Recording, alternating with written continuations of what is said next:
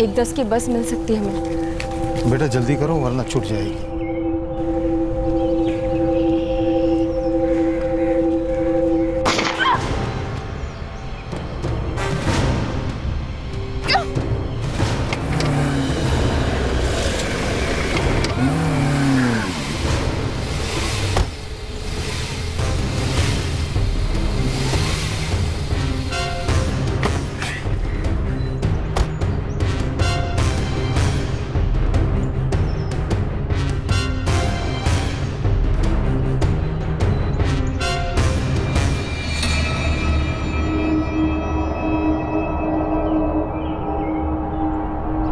मैं पुलिस को फोन करता हूं।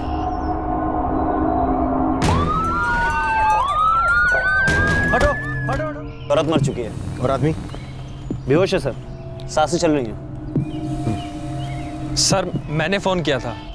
कौन है ये लोग और गोली किसने चलाई? सर मालूम नहीं, मैं काम पे जा रहा था तो गोली चलने की आवाज आई। देखा तो इन लोगों पर उस तरफ से एक आदमी इन दोनों पर गोली चला रहा था। दिन दहाड़े भोपाल के एक कोर्ट के पास गोलीबारी हुई। शिकार हुई लगभग 30-32 साल की एक औरत और उसके साथ चलता एक बुजुर्ग आदमी। कौन थे ये लोग और कौन थी वो औरत जो अब दम तोड़ चुकी थी? वो बुजुर्ग कौन था जो उसके साथ था और किसने की थी उन पर गोलियों की बौछार?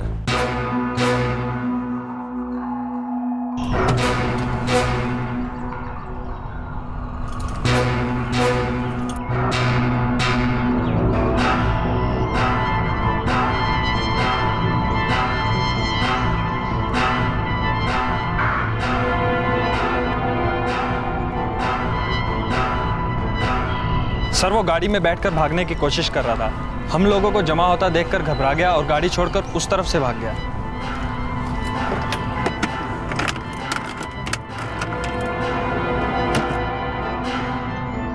सर गाड़ी में कोई पेपर नहीं मिला है, ये पिस्टल मिली है बस। आरटीओ से पता करो ये गाड़ी किसकी है। सर उसकी उम्र कितनी थी? जवान था, अधेड़ था, बुजुर्ग? हाइट कितनी थी? दिखने में कैसा था ये गोली चलाने? सर ये 30-35 साल का था, दुबला पतला सा, और चेहरे पे सर उसके 2-4 दिन की दाढ़ी थी। सर पूरा एरिया शान मारा, खाली गोली के 5 सेल्स मिले। उसने 5 गोलियां चलाई थी? सर गोली नहीं गिनी सर। पहली गोली चलते ही सर मेरी हालत खराब हो गई सर।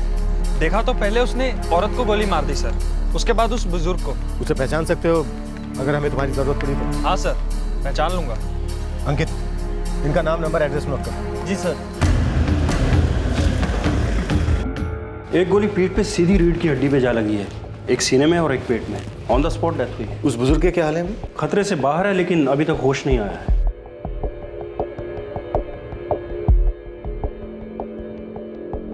इनके बाएं हाथ और दाएं पैर से 2 गोलियां मिली हैं। सीवियर फ्रैक्चर्स हैं। ये अभी तक सदमे में है इसलिए कुछ बोलने की स्थिति में नहीं है। पहले ये पता लगाना होगा कि ये दोनों हैं कौन। इनके कपड़े और सामान हमने संभाल के रखे हैं। इनकी जेब से एक पर्स भी मिला है।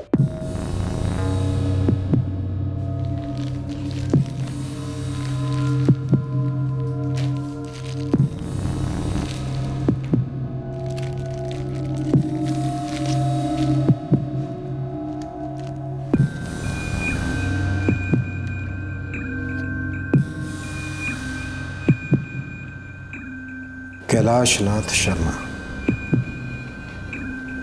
गोविंद नगर, भोपाल। इसकी जरूरत पड़ेगी हमें। यस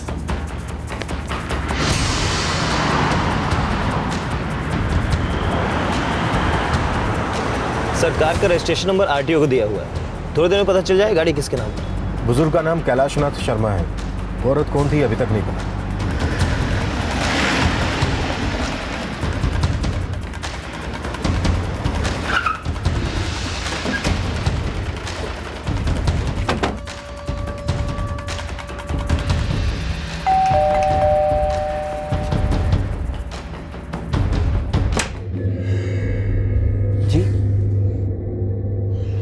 कैलाशनाथ शर्मा यहीं रहते हैं? जी हाँ, ये उन्हीं का घर है।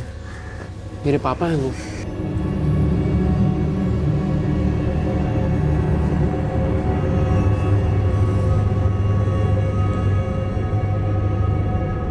दीदी के साथ कोर्ट गए, बस आते ही होंगे। पर सर बात क्या है? क्या ये आपकी दीदी है? हाँ हाँ, यही आंचल दीदी। पर सर हुआ क्या है? किसी ने तुम्हारे पापा और दीदी को गोली मार दी। अस्पताल में कैलाश राज जी खतरे से बाहर है, लेकिन बेहोश है। और आंचल की मौत हो चुकी है।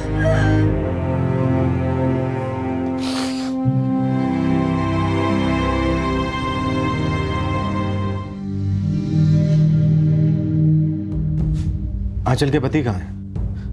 दीदी अब उनके साथ नहीं रहती। वो दोनों 8 महीने पहले ही अलग हो चुके थे। तुम्हारे पिताजी और दीदी कोर्ट क्यों गए थे? आज कोर्ट में उनकी सुनवाई थी। आंचल दीदी के पति रोशन ने केस दर्ज किया था फैमिली कोर्ट में। पति का phone number? The number you have called is currently switched off.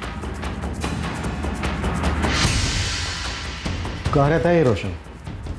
Family के साथ रहता है या फिर अकेला? पंचवटी नगर में घर है उनका।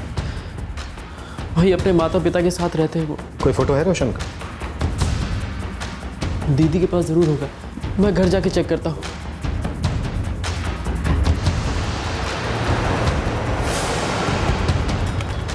सर 1-2 घंटे के अंदर रोशन की फोन की लोकेशन का पता चल जाएगा। दोनों अलग हो चुके थे। पति ने पत्नी के खिलाफ कोर्ट में केस दर्ज किया। जरूर दोनों के बीच कोर्ट में ही कुछ ना कुछ हुआ होगा। हाँ, अगर गोली उसने मारी है तो।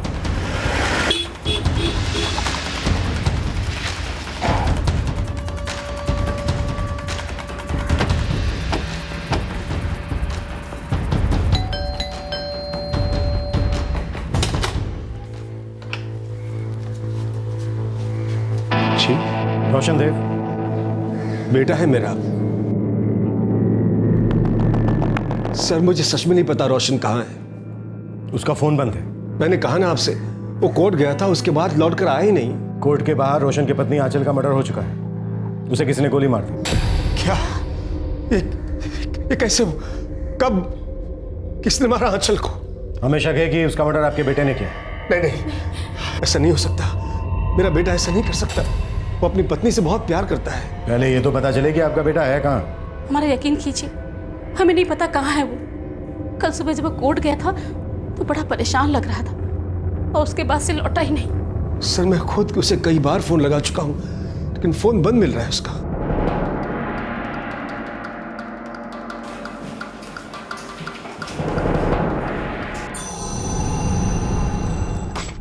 हाँ सर, ये वही आदमी है।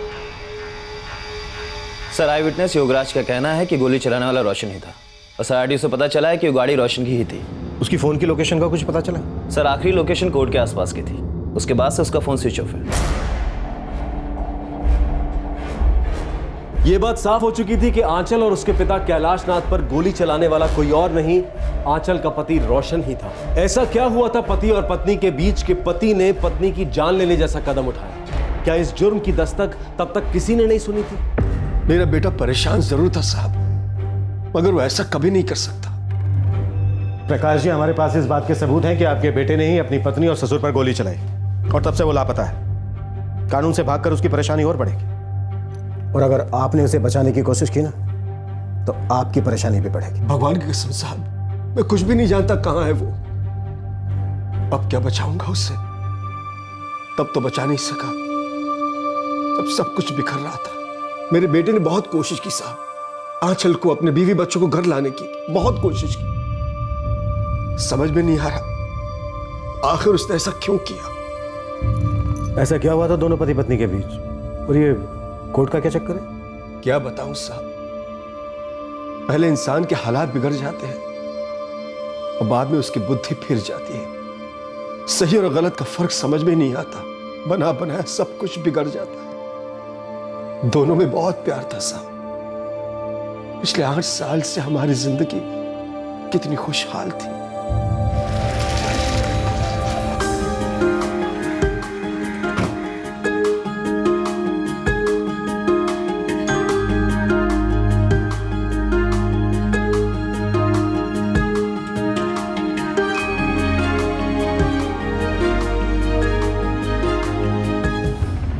सब कुछ अच्छा चल रहा था। मैं रिटायर्ड कॉन्ट्रैक्टर हूं, मेरे बेटे का कपड़ों का व्यापार था।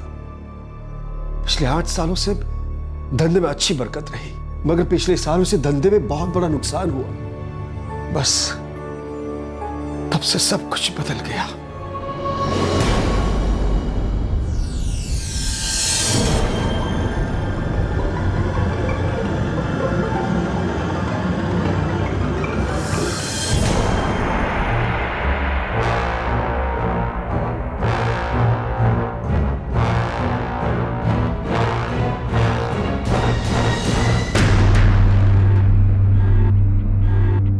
साल का रिश्ता धंधे के एक नुकसान से कमजोर हो गया। नुकसान बढ़ा तो परिवार ही बिखर गया। रोशन जो एक अच्छा पति, अच्छा बाप था, उसके सर पे बस एक ही भूत सवार हो गया कि कारोबार को बस पहले की तरह ही चला रहा है। और जिस आदमी को आंचल 8 साल से प्यार करती थी, अब उसी को देखकर वो निराशा में डूबने लगी। बेटा, धंधे में नुकसान हो जाता है कभी कभी। बाबूजी, अगर धंधे में नुकसान की बात होती तो अलग बात थी। यहाँ तो नौबत धंधे को बंद करने की आ गई है। तो बेटा कोई और काम ढूंढ ले। बाबूजी, इतनी जी जान लगा के, मेहनत लगा के इस बिजनेस को खड़ा किया है, ऐसे कैसे इसे डूब जाने दो? बाबूजी, मुझसे नहीं होगा, मैं सब कुछ ऐसे नहीं जाने दे सकता। रोशन, बचा क्या है जो जाने नहीं दोगे? सब कुछ खत्म हो चुका है, बस तुम्हें दिखाई नहीं देता। तो क्या करूं? कोशिश कर तो रहा हूं अपने बिजनेस को दोबारा से खड़ा करने की। अगर तुम मेरा साथ नहीं दे सकती तो कम से कम मेरा जीना तो मुश्किल मत करो। रोशन, पिछले 6 महीने से एक पैसे की भी आमदनी नहीं हुई। मैं इस घर को कैसे चला रही हूँ तुम्हें जरा भी अंदाजा है? तुम आज का वक्त देख रही हो और हम दोनों ने जो अच्छा वक्त बिताया वो भूल गई। तो तुम ही बताओ, उस अच्छे वक्त का क्या करूं मैं? पिछले 6 महीने से मैं और मेरे बच्चे तुम्हें दिन रात निराशा में डूबे हुए देख रहे हैं। तुम सारा दिन घर से बाहर रहते हो, भगवान जाने क्या करते हो। रोशन देखो, हकीकत से मुंह फेर लेने से सच्चाई बदल नहीं जाएगी। रोशन, तुम चाहो तो एक बार फिर से नए सिरे से शुरुआत कर सकते हो। कहीं छोटी मोटी नौकरी कर लो फिलहाल। मैं कुछ ज्यादा नहीं मांग रही हूँ तुमसे, सब कुछ पहले जैसा अच्छा हो जाएगा फिर से। मेरा बिजनेस क्या ठप हो गया? तुम तो मुझे हर चीज में नाकाम समझने लग गई हो। रोशन, बेहतरी इसी में है कि तुम हकीकत से नजरें मिलाओ, आंखें मत चुराओ उनसे। वक्त रहते तुम्हें सब कुछ ठीक करना है। अगर इन हालात से बाहर निकलना है तो वक्त रहते निकलना है, क्योंकि वक्त किसी का इंतजार नहीं करता। अपना धंधा तो खो ही चुके हो, हमें भी खो दोगे।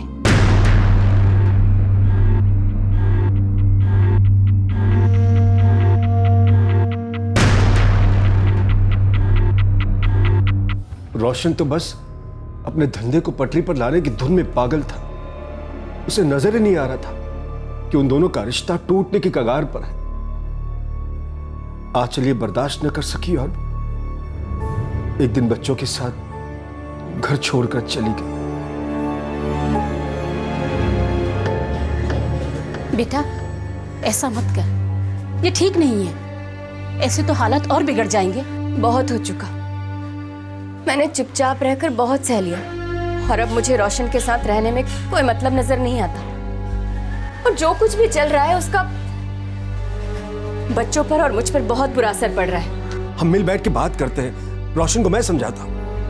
पापा, पिछले 6 महीनों से यही सब तो हो रहा है। क्या रोशन पर एक पैसे का भी फर्क पड़ा? बेटा, एक बार और कोशिश करते हैं। पापा, आपको कोशिश करनी है तो आप कर लीजिए, लेकिन मैंने अपने और अपने बच्चों के लिए फैसला कर लिया है।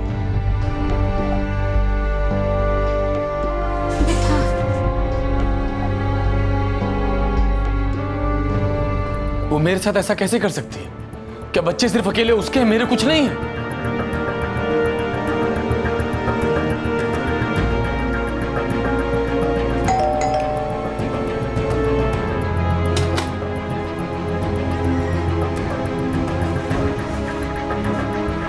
आंचल कहाँ है सोनू? बच्चों को लेके बाहर गई है। कहाँ गई हो? मैं कब से फोन कर रहा हूँ, उठा नहीं रही है। मना किया है आपको कुछ भी बताने के लिए। मना किया? मेरी पत्नी है वो, और वो बच्चे मेरे भी हैं। सॉरी जीजा जी, पर दीदी अब आपसे मिलना नहीं चाहती।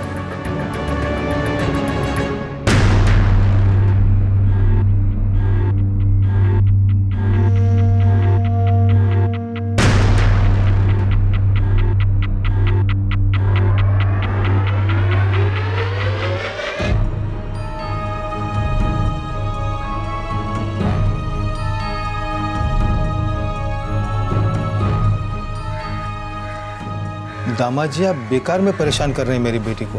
अब पीछा छोड़िए उसका। बाबूजी सब कुछ तो खो ही चुका हूं मैं। बस एक परिवार बचा है मेरे पास और आप कह रहे हैं उसे भी छोड़ दूं। रोशन जी कोई सब कुछ यूं ही नहीं खोता, और आपने बचाने की कोशिश भी कहाँ की। घर को डूबता देख आप तो मुंह फेर करके बैठ गए।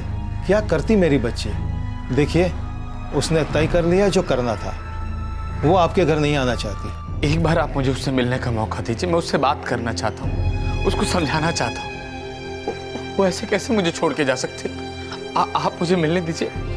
हम दोनों ने बहुत अच्छी जिंदगी गुजारी है साथ में। आप ही ने उजाड़ दी रोशन जी।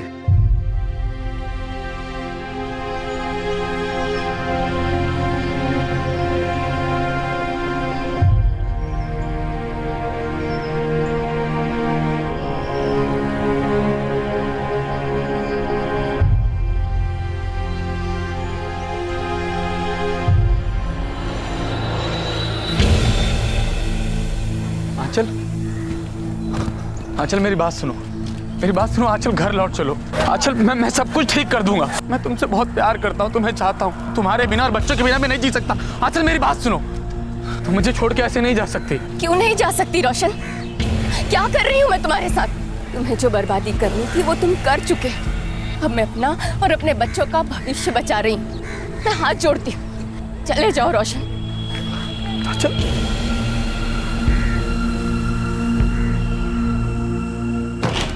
सर, जिस रिवॉल्वर का इस्तेमाल रोशन ने किया है वो प्रकाश देव के नाम से रजिस्टर्ड है।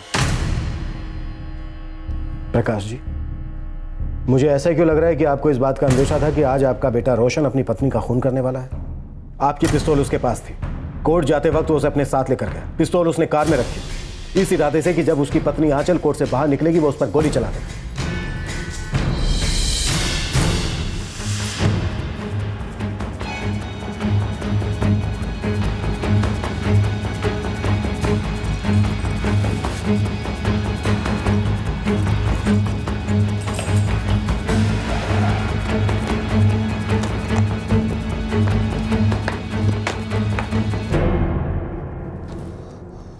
मेरी गन नहीं है। मेरा यकीन कीजिए सर, मुझे सच में नहीं पता रोशन कब ले गया। सुबह से बहुत परेशान था, कोर्ट जाने के लिए निकला था, मगर ये कभी नहीं सोचा था कि वो ये सब कर देगा। बेटा लड़ झगड़ के आंचल और बच्चों को वापस लाने की कोशिश मत करो। इससे कुछ हासिल नहीं होगा। लड़ना है तो वक्त से लड़ो, अपनी जिंदगी को हाथ में लो। खुद की गाड़ी पटरी पे आ जाएगी तो बीवी और बच्चे अपने आप घर वापस आ जाएंगे। पापा आंचल मेरे साथ ऐसा नहीं कर सकते।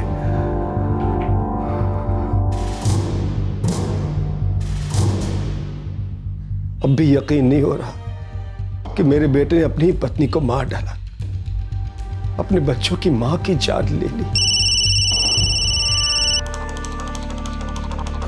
Hello sir. जी sir, thank you sir. Kailashnath ji को होश आ गया है, डॉक्टर कहना है कि वो बात कर सकते हैं।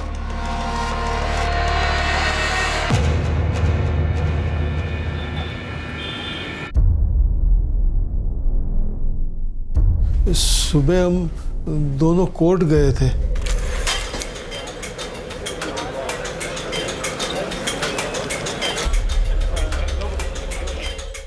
रोशन हमसे बहुत पहले कोर्ट आ चुका था।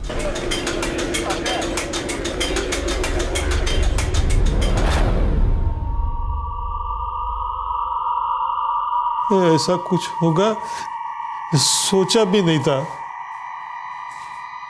23 जून 2013 को फैमिली कोर्ट में रोशन और आंचल के बीच समझौते के लिए पेशी थी। ये केस रोशन ने सेक्शन 9 के दाम्पत्य अधिकारों की वापसी यानी कि रेस्टिट्यूशन ऑफ कॉन्जुगल राइट्स के तहत दर्ज करवाया था। जब पति या पत्नी में से कोई भी एक शादी को छोड़कर चला जाता है और दूसरा व्यक्ति उसके इस फैसले को नहीं मानता तो इस मामले को सुलझाने के लिए कोर्ट दोनों पक्षों की बात सुनती है। जिस भी पक्ष ने शादी से बाहर निकलने का फैसला किया है उसे अपने फैसले की वजह कोर्ट को बतानी होती है और उसी के आधार पर कोर्ट दूसरे पक्ष के अधिकारों पर डिसीजन लेता है। उस दिन कोर्ट में कुछ ऐसा ही होना था। मैडम आंचल मेरी पत्नी है, मेरी दोनों बेटियों राशि और अंजलि की मां, जो अचानक मुझको छोड़ करके चली गई।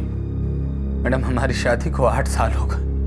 इन 8 सालों में हम दोनों ने एक दूसरे के साथ में बहुत अच्छा वक्त देखा। मैडम, मैंने कभी भी अपनी पत्नी या अपने बच्चों पर कभी हाथ नहीं उठाया, कभी किसी तरह की कोई सख्ती नहीं की। मैं मानता हूं कि आज मुझको बिजनेस में बहुत नुकसान हुआ है, लेकिन पिछले 1 साल से मैं पूरी कोशिश कर रहा हूं, लगातार कोशिश कर रहा हूं कि मेरा बिजनेस वापस वैसा ही हो जाए जैसा था, इसके और मेरे रिश्ते को वापस वैसा ही कर दूं जैसे थे। मगर मेरी पत्नी मेरे हालात को नहीं समझ रही। मुझे मेरी पत्नी और मेरे बच्चे वापस चाहिए मैडम, वापस चाहिए।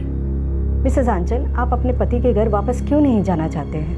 मैडम, पिछले 1 साल से मैंने अपने पति के साथ सिर्फ और सिर्फ परेशानियों का ही सामना किया है। बात बुरे वक्त में साथ छोड़ने या साथ निभाने की नहीं है, बात बुरे वक्त में बुरे वक्त को बदलने की कोशिश करने की है। लेकिन मेरे पति, इनके सर पे अपने उजड़े हुए बिजनेस को वापस खड़ा करने का जुनून सवार है। वो बिजनेस जिसमें कोई गुंजाइश ही नहीं, जिसमें कोई आमदनी नहीं। अब आप ही बताइए, ऐसे में मैं अपने बच्चों की परवरिश कैसे करूं? सारा दिन मेरे पति घर से बाहर रहते थे उस बिजनेस को खड़ा करने की उधेड़-बुन में। मैंने इनसे कई बार कहा कि कोई नया काम कर लो, नया बिजनेस कर लो या कोई छोटी मोटी नौकरी कर लो, लेकिन इन्होंने मेरी कभी कोई बात नहीं मानी। मैडम, मैंने अपना घर 6 महीने पहले छोड़ा था, लेकिन इन 6 महीनों में इन्होंने सिर्फ मुझे वापस आने के लिए परेशान ही किया। ना कोई नया बिजनेस किया और ना ही कोई नौकरी करने की कोशिश की। इनके पास अपने बच्चों या अपने परिवार को पालने के लिए कोई जरिया नहीं। मुझे अपनी और अपने बच्चों के भविष्य की चिंता है मैम, मैं मानती हूँ। इन्होंने कभी हम पर हाथ नहीं उठाया, ना ही कभी कोई सख्ती की, लेकिन इसका मतलब ये तो नहीं कि मैं चुपचाप बैठी रहूं और उस वक्त का इंतजार करूं कि ऐसी कोई हरकत करेंगे तब जाकर मैं कोई कदम उठाऊंगी। और ऐसे हालात होने के पूरे आसार हैं, क्योंकि इन्हें रत्ती भर भी परवाह नहीं है कुछ करने की, ना ही अपनी आमदनी का जरिया बनाने की। बस अपने पुराने दिनों को ही रोते रहते हैं। मैम, मैं सच कहूं तो 6 महीने पहले भी मैंने अपना या अपने बच्चों का भविष्य इनके साथ जुड़ा हुआ नहीं पाया था, और ना ही अब पाती। मैं अपने पति के घर वापस जाना नहीं चाहती। हमारे अच्छे वक्त में तो तुमने मेरे किसी भी फैसले पर कोई सवाल नहीं खड़ा करा। आज हमारा बुरा वक्त क्या आ गया, तुम्हें मेरे हर छोटी चीज पर सवाल खड़ा करना। क्या हुआ अगर मैं आज नाकाम हूं? कल मैं दोबारा कामयाब नहीं होऊंगा? बजाय इसके कि तुम मुझे मेरे बुरे वक्त से उबारो, मेरी मदद करो, तुम तो मुझे और दलदल में ढकेल रही हो। मुझसे मेरे जिंदा रहने की वजह छीन रही हो, मुझसे मेरे बच्चे छीन रही हो। और ये आदमी और इसका बेटा हम दोनों के रिश्ते को सुधारने के बजाय उसको और बिगाड़ रहे हैं। हम दोनों को एक दूसरे से अलग कर रहा है, एक दूसरे से दूर कर रहे हैं। मैडम, मुझे मेरा परिवार वापस चाहिए, मुझे मेरा परिवार वापस चाहिए मैडम, चाहे कुछ भी हो। Mister Roshan, calm down please. नहीं मैडम, मुझे आपका कोई और फैसला मंजूर नहीं होगा। मुझे मेरा अगर इसी तरह आपने ऊंची आवाज में बात की तो मजबूरन मुझे आपको बाहर निकलवाना होगा। ये अदालत इस केस की सुनवाई 24 जून को करेगी, और आंचल, आपको अपने पति के घर न लौटने की बजाय कोर्ट में लिख कर देना होगा। Thank you ma'am. आंचल और मैं कोर्ट रूम से निकल के बस स्टैंड की तरफ जा रहे थे। बिल्कुल पता नहीं था कि रोशन हमारा पीछा कर रहा है।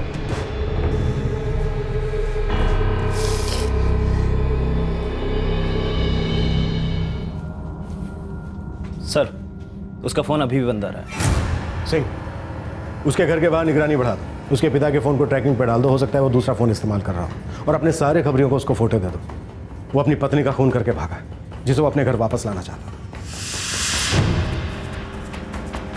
हम भी देखते हैं वो अब कब तक भागेगा।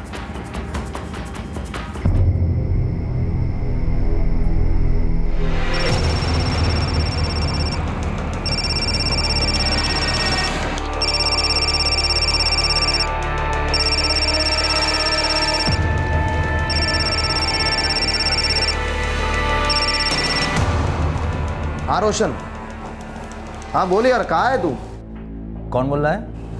आप कौन बोल रहे हैं? मैं कांस्टेबल खुराना बोल रहा हूँ, चौक थाने से। हाँ जी साहब, क्या बात है? ये रोशन का ही नंबर है ना?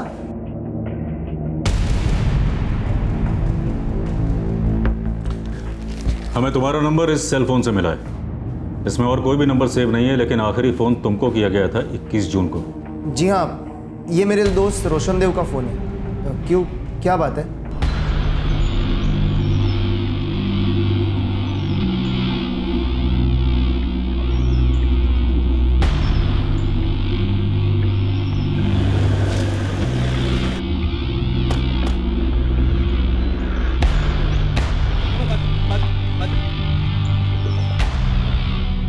हमें कोई 9:30 बजे फ़ोन आया था। एक आदमी वहां से गुजर रहा था, उसने खबर दी। जी हाँ सर, यही रोशन है। मैं कल से इसे फ़ोन करने की कोशिश कर रहा था, लेकिन इसका फ़ोन ही बंद आ रहा था। इसने अपनी पत्नी का खून किया है। मुझे कल पुलिस का फ़ोन आया था।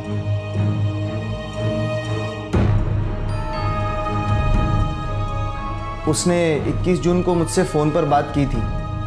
बेहद परेशान था वो, और उसकी पत्नी बच्चों को साथ लेकर उसे छोड़कर चली गई। दोस्त था मेरा, बहुत समझाया कुछ और काम कर ले, बस इस सिचुएशन को हैंडल कर, बाद में डूबे हुए बिजनेस को आगे बढ़ाना। पर वो सुने तब ना। और फिर जब उसकी बीवी बच्चों को साथ लेकर उसे छोड़कर चली गई, उसके बाद तो बिल्कुल हार गया। बहुत चाहता था अपनी बीवी को, बच्चों से भी बहुत प्यार करता था।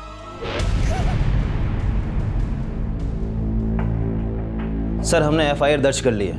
आईपीसी 302 के तहत आंचल देव की हत्या और आईपीसी 307 के तहत उसके पिता की हत्या की कोशिश। सर, इनमें आरोपी है रोशन देव, और सर जहांगीराबाद थाने के आत्महत्या का पीड़ित भी वही रोशन देव है। इन्वेस्टिगेशन की रिपोर्ट फाइल करो, कोर्ट भेजनी पड़ेगी।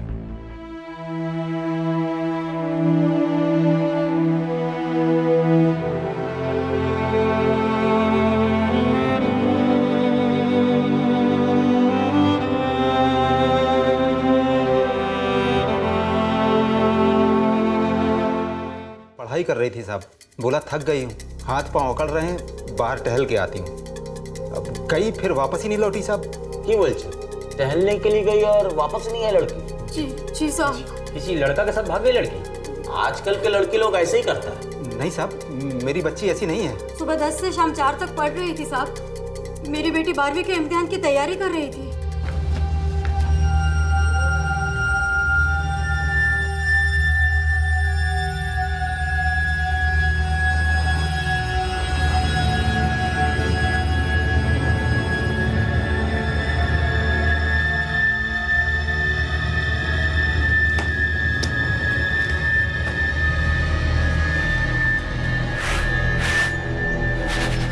अम्मी, मैं थक गई हूँ पढ़ के, सारा बदन भी दुख रहा है। मैं थोड़ी देर बाहर टहल के आती हूँ, आधे घंटे में आ जाऊंगी। जल्दी आ जाना बेटा। हाँ अम्मी, आधे घंटे में आ जाऊंगी।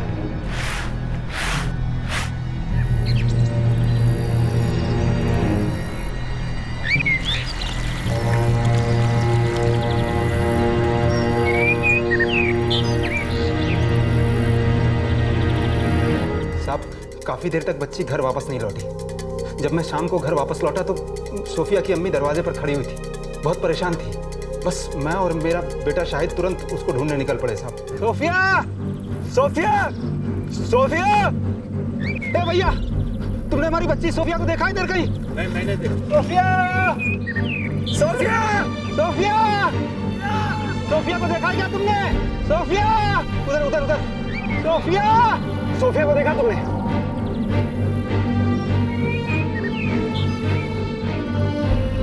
सोफिया को देखा क्या तुमने? नहीं देखा। भैया, तुमने हमारी बच्ची सोफिया को देखा है?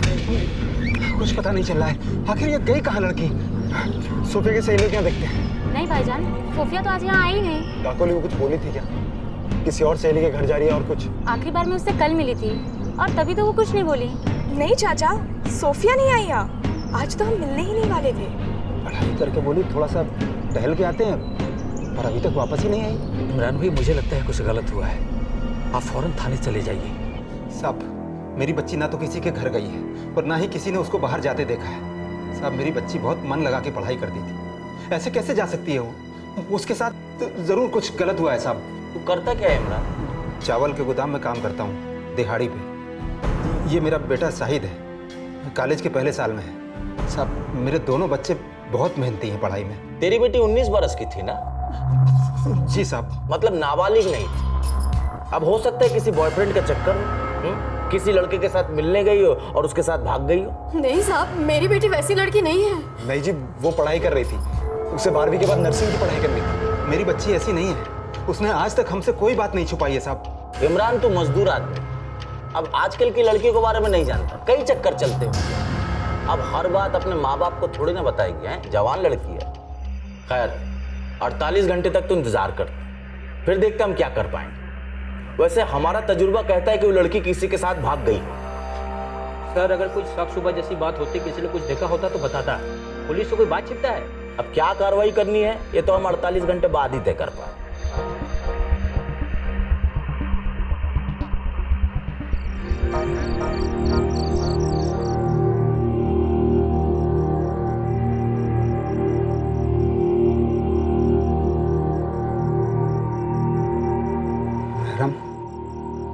पुलिस वाले कह रहे थे कि मतलब वैसा कुछ चक्कर था क्या अपनी सोफिया का?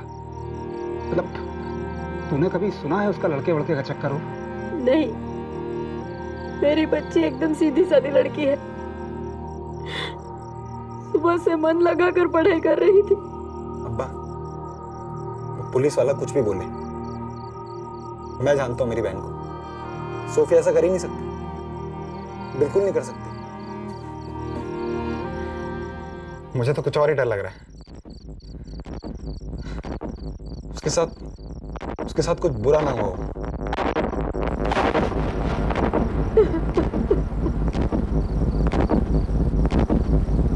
परमाणु এত ছোট যে খুব শক্তিশালী অণুবীক্ষণ যন্ত্রের सोफिया जैसी लड़की जो पढ़ाई में इतनी अच्छी है, वो ऐसा काम कर ही नहीं सकती। मैं टीचर हूँ उसकी, मैंने उसे कभी किसी लड़के के साथ ऐसे बात करते देखा नहीं है। वो किसी के साथ भाग जाए, এটা আমি বিশ্বাসই করতে পারছি না। ये बात हम लोग पुलिस को समझाते समझाते पागल हो गए। वो लोग मानते भी नहीं है और कुछ करते भी नहीं है। वो टहलने के लिए गई और गुम हो गई। सारे गांव में किसी ने कुछ देखा तक नहीं। अगर वो कहीं चली भी गई होती या कोई उसे उठाकर ले गया होता तो गांव के बाहर की सड़क पर किसी की तो नजर पड़ती। हो सकता है किसी ने उसे वहां देखा हो।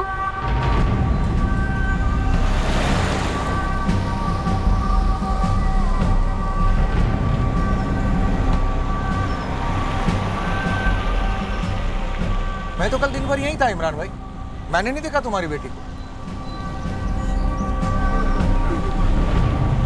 नहीं भाई, मैंने भी नहीं देखा। अरे क्या हुआ भाई साहब, कौन है ये? भाई साहब, हमारी बच्ची है सोफिया, दिन भर पढ़ाई खत्म करने के बाद टहलने गई और दोपहर का करीब 4 बजा होगा। उसके बाद अभी तक वापस ही नहीं लौटी। हम लोग ढूंढ ढूंढ के परेशान हो चुके हैं। इमरान भाई, ये तो कुछ गड़बड़ लगती है। ऐसा तो अपने यहाँ पहले भी हो चुका है, पिछले महीने की तो बात है। कौन, किसकी बेटी थी? सोमनाथ हल्दर को तो जानते हो ना? वो सोमनाथ जो सत्यजीत बाबू के खेत में काम करते हैं? हाँ, उसकी बेटी शालिनी दिसंबर में गायब हुई थी, अभी तक कोई पता नहीं चला।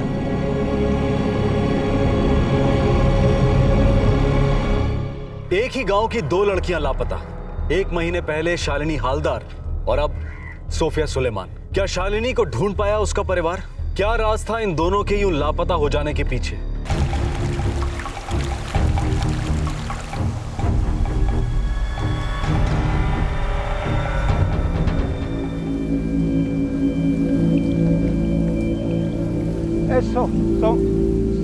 सोमनाथ, इधर कहाँ हुआ? हमको भी पुलिस वालों ने ऐसा ही जवाब दिया था, बात ही नहीं सुनी। वो दिन है और आज का दिन है, शालिनी की कोई खबर नहीं। हुआ क्या था? मतलब तुम्हारी बेटी कैसे गायब हुई थी? उसकी माँ ने राशन की दुकान पे कुछ सामान लेने भेजा था। शालिनी, मामा सुन, जा बाजार से जाके सामान ले आ। 35-40 रुपए में सारा सामान आ जाएगा। हाँ, बचे हुए पैसे वापस ले आऊंगी माँ। और हाँ, जल्दी आना, तेरे बाबा के आने से पहले खाना भी बनाना है। हाँ। वो राशन वाले के पास सामान लेने गई थी। हमने पूछा राशन वाले से, लेकिन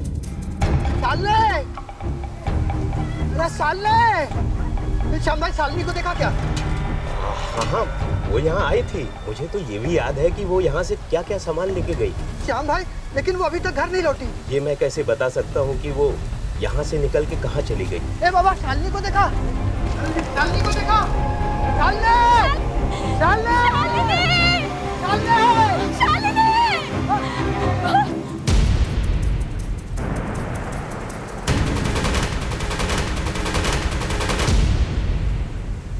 ढूंढा तो रास्ते में सामान की थैली पड़ी मिली, शालिनी का कुछ पता नहीं चला। भैया पुलिस वालों से पूछो तो वो कहते हैं कि किसी लड़के के साथ भाग गई होगी। क्या करे, कहाँ जाए, कुछ समझ में नहीं आ रहा। साहब पहले शालिनी गायब हुई, अब मेरी बच्ची गायब हुई, कहीं कुछ तो गड़बड़ है ना। आप कुछ तो करो। अब तू ही बता हम क्या करें। सारी पुलिस फोर्स खेतों में खड़ी कर दे तुम्हारी लड़कियों पर नजर रखने को। कब वो बाहर सामान खरीदने जाएगी, कब वो बाहर टहलने जाएगी, तो दो हवलदार उनके पीछे लगे रहे। तुझे क्या लगता है पुलिस वाले यहाँ यही सब करने बैठे हैं? पर साहब हमारी बच्ची तो दिन दहाड़े गायब हुई है, और उसके पहले सोमनाथ की बच्ची गायब हुई थी। साहब आप तो माई बाप हो, आप ही कुछ नहीं करोगे तो कौन करेगा साहब? अबे संभलता नहीं तो पैदा क्यों करते हो? एक तो लड़कियों पे लगाम लगाते नहीं, भाग गया लड़का के साथ तो चल थाने में रिपोर्ट लिखाने। अब यही काम रह गया हम लोग के पास। पर साहब आप तो जानने की कोशिश भी नहीं कर रहे हो कि हमारी बच्ची के साथ हुआ क्या है। देखो यहाँ आसपास जरा से भी गड़बड़ होती ना तो सबसे पहले हमें पता चलता। यहाँ पत्ता भी नहीं हिलता बिना हमारे जानकारी के। हर बात पे हमारी नजर रहती। तू ना हमें हमारा काम मत समझा, जा माथा मत खा।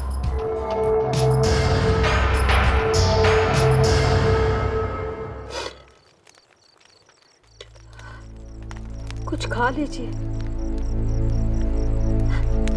सुबह से एक निवाला तक मुंह में नहीं डाला आप दोनों ने। ऐसे में कैसे कुछ मुंह में रखा जाएगा मेहरम?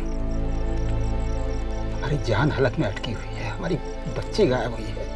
पुलिस वालों ने एक ही रट लगा रखी है, किसी लड़के के साथ भाग गई होगी। हमारे कलेजे का टुकड़ा किसी भारी मुसीबत में फंसा हुआ है और हमको कोई रास्ता ही नहीं सूझ रहा है कि क्या करें।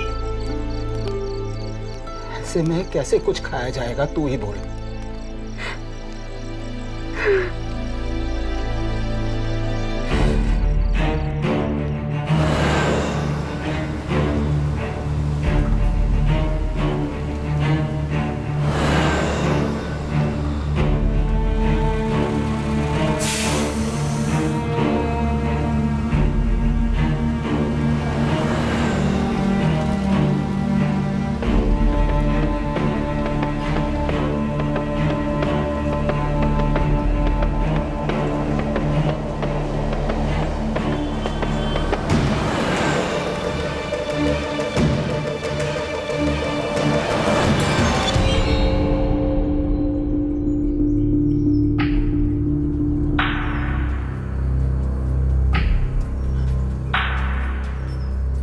सबको ना नींद है ना सुकून, दुनिया उजड़ गई ऐसा लगता है।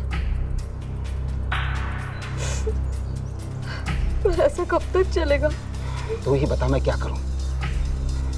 दिन रात बच्ची का चेहरा आंखों के सामने घूमता रहता है। ऐसा लगता है मानो कह रही हो कि अब्बा मुझे बचा लो, अब्बा बचा लो मुझे।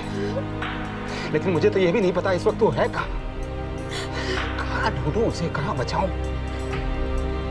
हफ्ता हो गया आप काम पे भी नहीं, ऐसे घर कैसे चलेगा? शाहिद भी कॉलेज जाने का नाम नहीं लेता। समझ में नहीं आता क्या करूं, कहाँ ढूंढूं जाकर अपनी बच्ची को। खुदा जाने इस वक्त वो कहाँ होगी।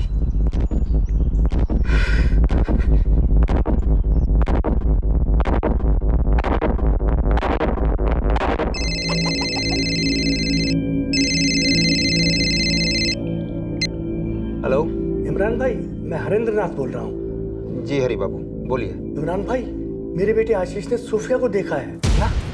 सोफिया को देखा है? कब देखा है? कहाँ? सोफिया के गायब हो जाने के 1.5 महीने बाद उसके बारे में एक खबर मिली। उसी गांव में रहने वाले हरेंद्र नाथ घोष के बेटे आशीष ने सोफिया को कहीं देखा था। कब, कहां और किस हाल में?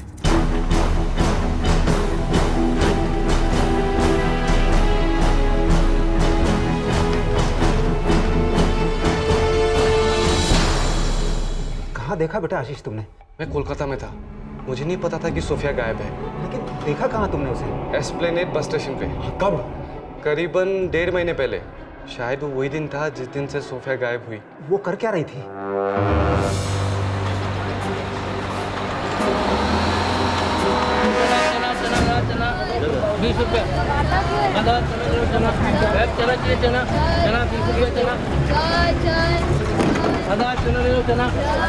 18 जनवरी को, मुझे अच्छे से याद है।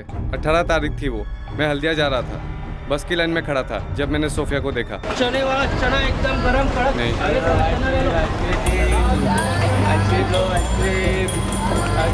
चने वाला एक नरम गरम फर्स्ट क्लास का चना गर्मा गरम चने वाला चना एकदम गरम कड़क।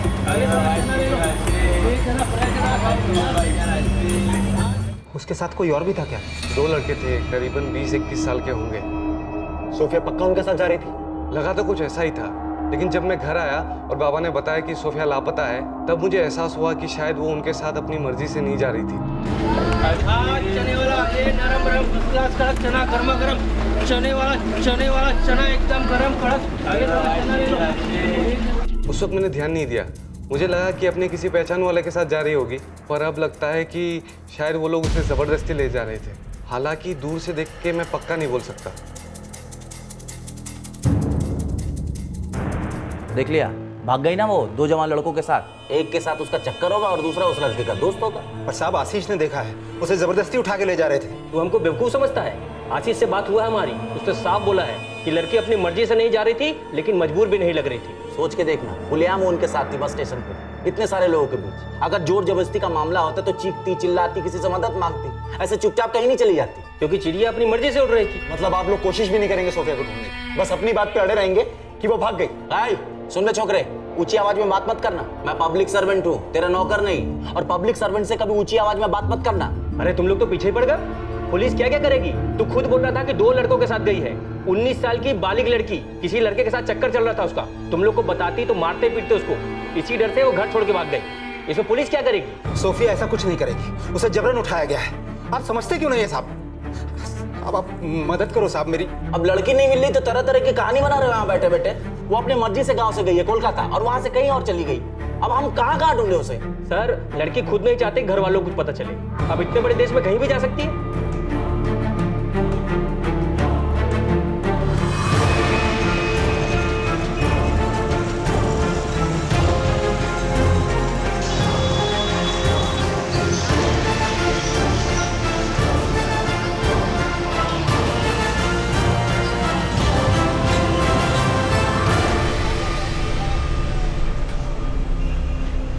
से सोफिया को कहीं लेके गए होंगे, पर कहाँ? शायद रेलवे स्टेशन पे किसी ने कुछ देखा हो, किसी को कुछ पता हो।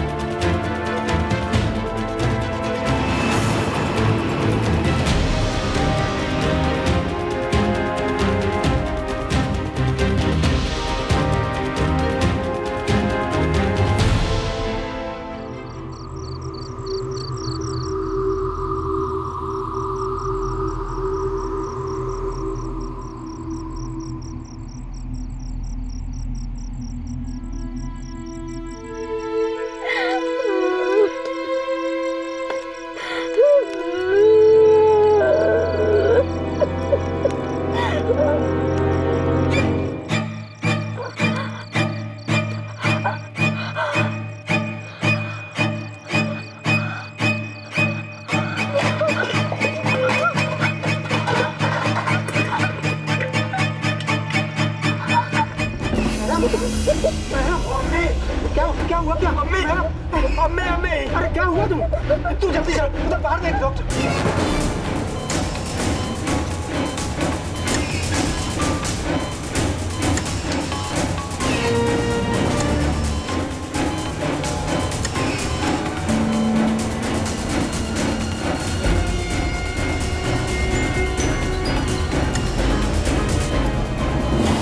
दिल का दौरा पड़ा है, माइनर हार्ट अटैक है।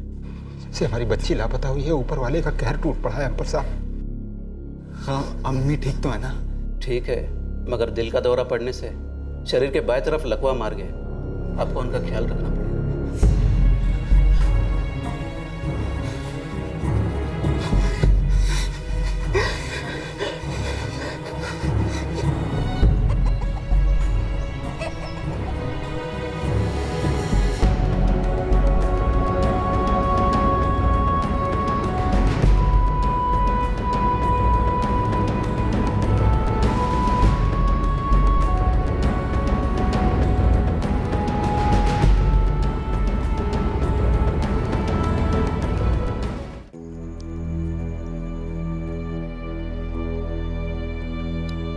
ऐसे कब तक खुद को और अपने घर वालों को सजा दोगे इमरान भाई? क्या करूं इंद्रेश भाई, सजा तो रोज हम सब भुगत रहे हैं। 19 बरस की बच्ची, गांव के बाहर अकेले कभी कदम तक नहीं रखा है। ऐसे कैसे भाग सकती है वो? जबरन उठा कर ले गए हैं उसको और हम कुछ नहीं कर पा रहे हैं। सच कहते हो तुम। हम गरीब लोग कुछ भी नहीं कर सकते। न हमारे पास पैसा है, न ताकत है, न ऊपर वाले की नेमत है। तकदीर में जो बस लिखा होगा वही होगा। तो क्या करें, खुदा की मार समझकर चुपचाप बैठ जाए? सोच लेंगे उसकी तकदीर में यही लिखा है, छोड़ दें बेटी को उसके हाल पर। पुलिस तो कुछ करेगी नहीं, जो कुछ हो रहा है सहना तो हमारी सोफिया को पड़ रहा है ना। मान लें कि उसकी तकदीर में यही सब लिखा है। 19 बरस की बच्ची है, कितने ख्वाब देखे थे उसने अपनी पढ़ाई के बारे में, आगे बढ़ने के बारे में। मैं जानता हूं वो भागी नहीं है, वो किसी गहरी मुसीबत में और अपने अब्बा को याद कर रही है।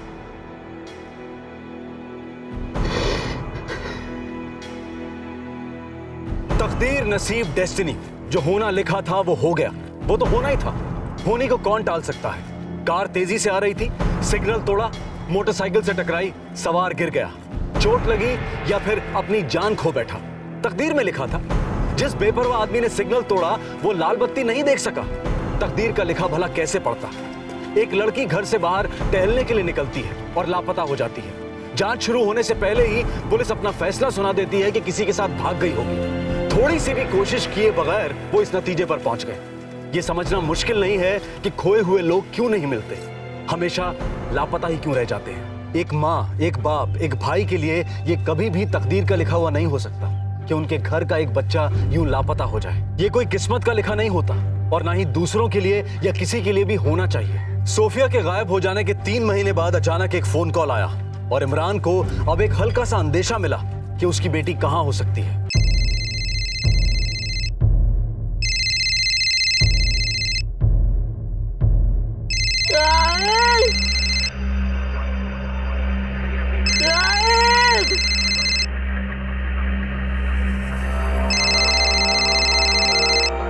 हेलो, हाँ इमरान सुलेमान जी, मैं इमरान सुलेमान बोल रहा हूँ। तुम्हारी बेटी सोफिया के बारे में बात करनी थी। कहाँ है सोफिया और आप कौन बोल रहे हैं?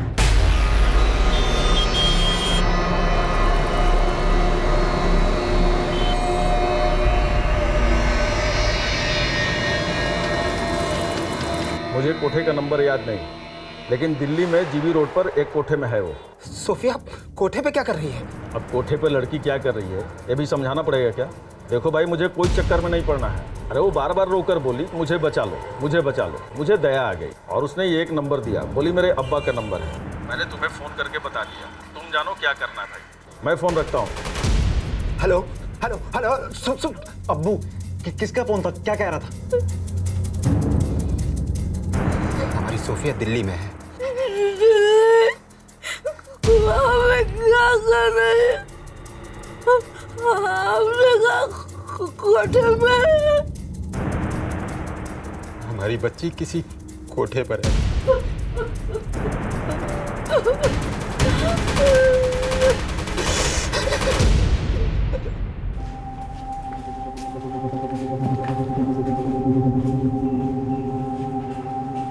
साहब, आप तो कुछ करो साहब, हमारी बच्ची बहुत मुश्किल में है साहब। साहब, हम लोग तो आपसे शुरू से कह रहे थे कि कोई उसे जबरदस्ती उठा के लेके गए।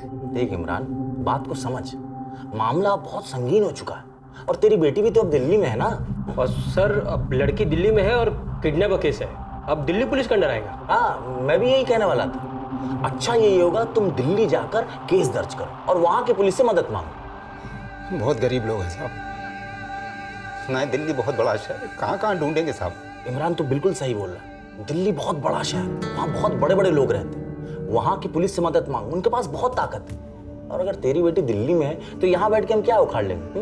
और तुम लोग पहले ही दिल्ली चले जाते हैं तो तुम्हारा टाइम बर्बाद नहीं है। हमने तो हर जगह उसे ढूंढा शुरुआत से ही, तो कोलकाता भी गए थे ढूंढने। अब हमें कैसे पता होगा कि वो दिल्ली में? साहब, हमने पहले ही बोला था कि उसे जबरदस्ती उठाया गया है। तुम लोग को खुद नहीं मालूम कि लड़की कहाँ है तो हम लोग को कैसे पता चलता? देख भाई, हम भी तो तुम्हारी तरह इंसान ही है ना। अब पुलिस वाले के पास कोई जादू की डंडी तो है नहीं कि घुमाई और लड़की फटाक से वापस आ जाएगी। यहाँ टाइम मत गवाओ, जल्दी जाओ दिल्ली, इससे पहले कि कुछ बुरा हो जाए। जाओ और अपनी बेटी को वापस ले आओ।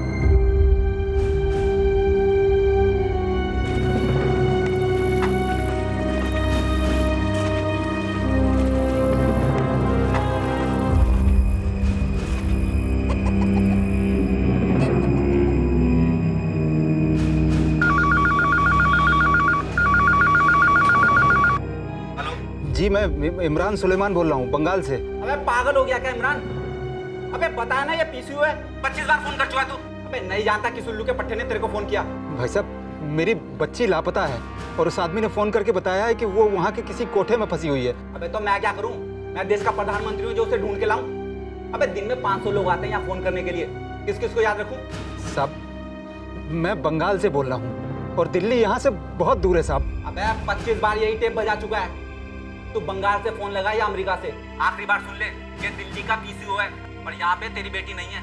अब अगर फोन किया ना तो सीधा पुलिस में कंप्लेन करूंगा और डंडे खाते खाते अपनी बेटी की कहानी सुनाइयो। चल रहा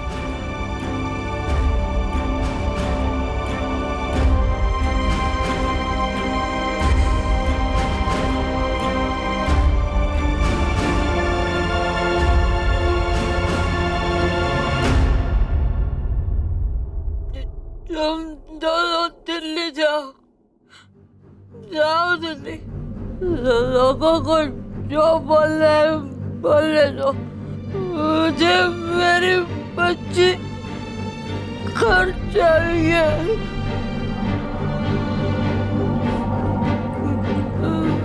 मेरी फिक्र मत करो, मैं संभाल लूंगी।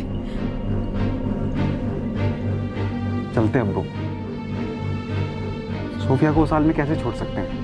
वो राह देख रही होगी हमारी, इसलिए तो फोन करवाया उसने किसी से। उसे हमें ही बचाना है।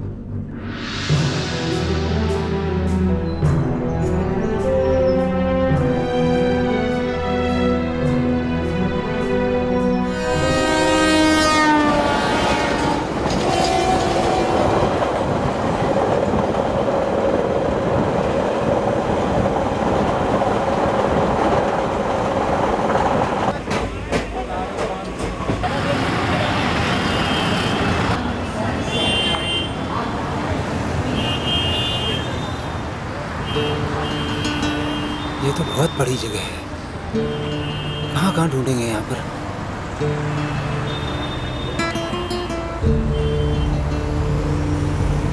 इधर पूछे? हाँ उधर चलते।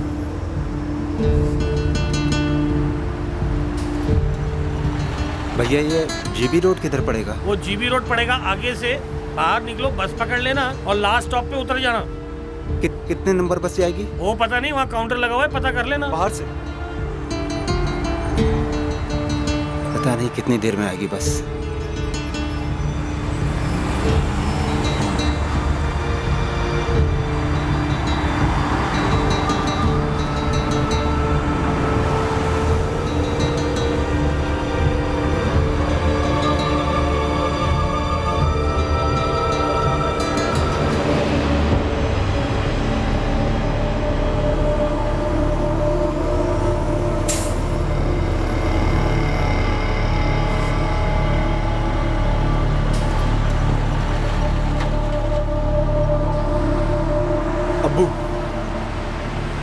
बहुत ही बड़ा इलाका लग रहा है। उस आदमी ने फोन करके बताया था कि सोफिया बिटिया यहीं कहीं है किसी कोठे में।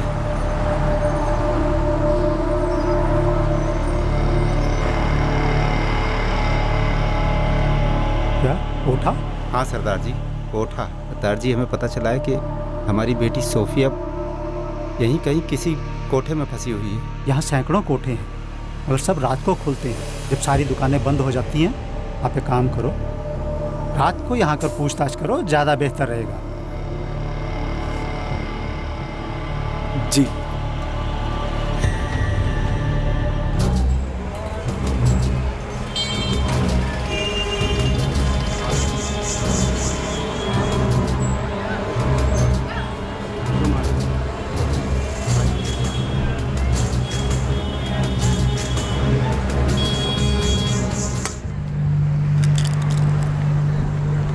क्या कहा? किसे ढूंढ रहे हो? भाईजान, हमारी बच्ची है सोफिया, 19 बरस की है। किसी आदमी ने फ़ोन करके बताया कि यहीं कहीं जीबी रोड के किसी कोठे में फंसी हुई है। भाई ये यहाँ 100 से ऊपर कोठे हैं।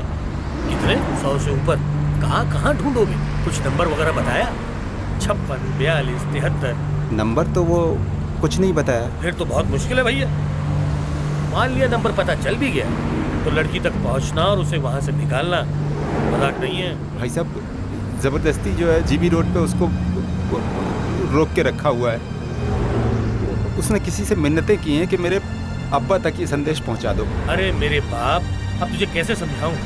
ये बाहर से तुझे दिखता है ना, अंदर भूल भुलैया है, भूल भुलैया। किससे कहोगे और क्या कहोगे? जैसे ही बोलोगे ना लड़की को लेने आए हैं, मार मार के ना भुर्ता बना के ना बंगाल की खाड़ी में फेंक देंगे। सारे दल्ले हैं चारों तरफ और मुस्टंडे भी हैं जो इन कोठों की हिफाजत करते हैं।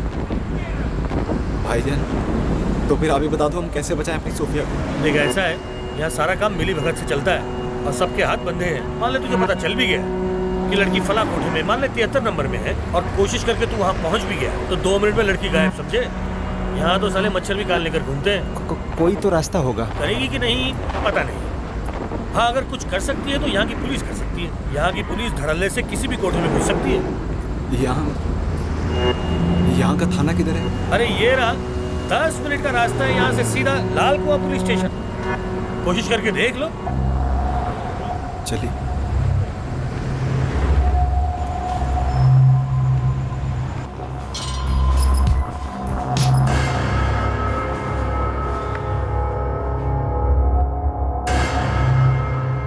सोफिया सुलेमान। जी साहब, 19 बरस की है और जनवरी में गायब हुई थी, 18 जनवरी को। 6 रोज पहले किसी का फोन आया था किसी आदमी का कि जीबी रोड के किसी कोठे में फंसी हुई है। हम गांव के थाने गए थे, उन्होंने कहा कि जुर्म दिल्ली में हुआ है तो रिपोर्ट यहीं लिखवानी होगी। बात तो सही है, लेकिन आप गलत जगह पे आ गए। ये जीबी रोड का जो इलाका है हमारे थाने के अंडर में नहीं आता है।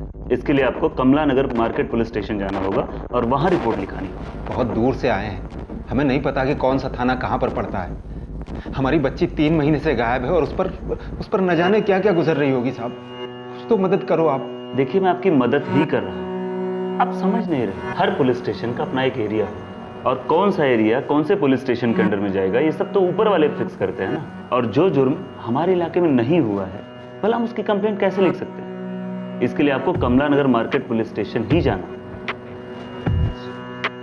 साहब आप रास्ता बता दो, हम चले जाएंगे। आप बाहर जाइए, किसी से भी कमला नगर मार्केट का पता पूछिए। तकरीबन 15 मिनट का रास्ता है यहाँ से, और वहां पहुंच के कमला नगर मार्केट पुलिस स्टेशन का पता पूछ लीजिए, कोई भी बता देगा आपको।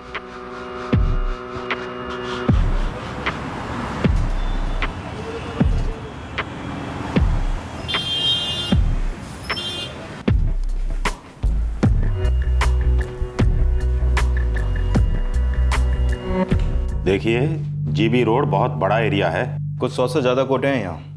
साहब वो ऑमलेट वाले ने बताया कि हम लोग तो वहाँ घुस भी नहीं सकते हैं। सिर्फ आप लोग ही ऐसी जगह जाकर छापा मार सकते हैं। 100 से ज़्यादा कोठे हैं, वो भी बिल्कुल पास पास।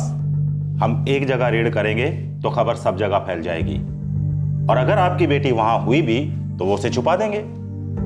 ऐसे तो वो कभी भी नहीं मिलेगी। तो फिर साहब कैसे पता चलेगा हमारी बच्ची सोफिया का? साहब जब आपके लिए इतना मुश्किल है तो हम लोग क्या कर पाएंगे वहां पर? कुछ खुद करने की सोचना भी मत, मौत के कुएं में छलांग लगाने जैसा है वो। अगर उनको पता चल गया कि तुम लोग अपनी बेटी को ढूंढ रहे हो तो पहले वो तुम दोनों को तोड़ेंगे, उसके बाद तुम्हारी बेटी का हाल बुरा कर देंगे वो। तो फिर आप ही कुछ कीजिए ना। मेरी बहन सिर्फ 19 साल की है और वो फंसी हुई है वहाँ पर। कैसे भी करके उसे बचा लीजिए साहब, बहुत मेहरबानी होगी आपकी। देखो भाई, हम कार्रवाई तो शुरू कर सकते हैं, लेकिन उसके लिए FIR जरूरी है। FIR? वो क्या होती है साहब? First information report. केस जिस थाने के एरिया में हुआ है वहाँ की शिकायत की कॉपी। आप लोग पश्चिम बंगाल के गांव से आए हो ना? लड़की वहीं से गायब हुई थी, तो उस गांव के थाने की FIR की कॉपी लगेगी। वहां रिपोर्ट तो लिखवाई थी ना आप लोगों ने? चक्कर तो वहां के बहुत काटे साहब, लेकिन उन लोगों ने कुछ नहीं किया साहब। पर आपने FIR तो दर्ज की होगी ना? जाके पता करो, उसकी कॉपी लेकर आओ, फिर हम अपनी कार्रवाई शुरू कर देंगे।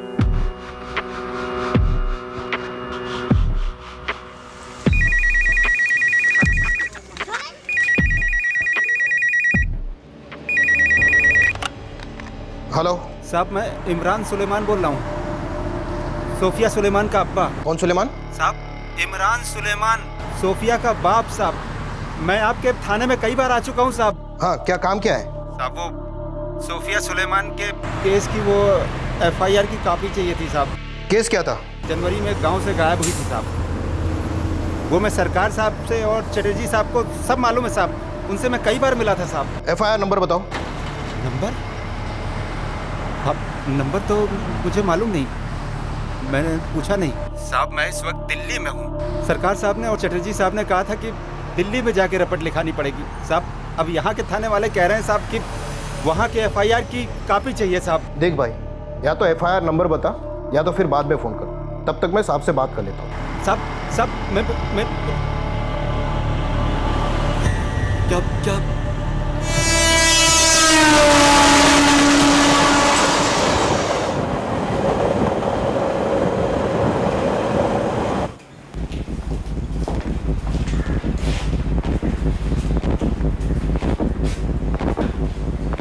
कैसी FIR? साहब दिल्ली के थानेदार बोले कि गांव के थाने का FIR का कॉपी चाहिए, तब वो हमारी बच्ची को ढूंढने की शुरुआत करेंगे। FIR कैसे दर्ज कर सकते हैं? जब तू पहली बार आया तो कहा कि लड़की लापता है। हाँ साहब, तभी से लापता है। बिल्कुल सही। और तुमने बोला कि फोन दिल्ली से आया था, तो जुर्म कहाँ हुआ? दिल्ली में ना, तो FIR भी वहीं दर्ज होगी। यहाँ टाइम बर्बाद करने से क्या फायदा? वो लोग बोलते हैं कि FIR का कॉपी हाँ आपके पास है। उन लोगों से गलती हुआ है। जब केस दिल्ली में हुआ है तो FIR बंगाल में कैसे दर्ज होगी? FIR वहीं दर्ज होगी। साहब सोफिया खतरे में, हम महीने भर से यहाँ से वहाँ चक्कर काट रहे हैं। मैं पैर पड़ता हूँ आपके, आप कुछ तो मदद कीजिए। बंधु समझा करो, दिल्ली क्या इस थाने के अंडर में आती है? नहीं ना, तो हम कानूनन कुछ नहीं कर सकते। FIR तो उनको ही लिखनी पड़ेगी। तुम लोगों को उन लोगों ने गलत जानकारी दी।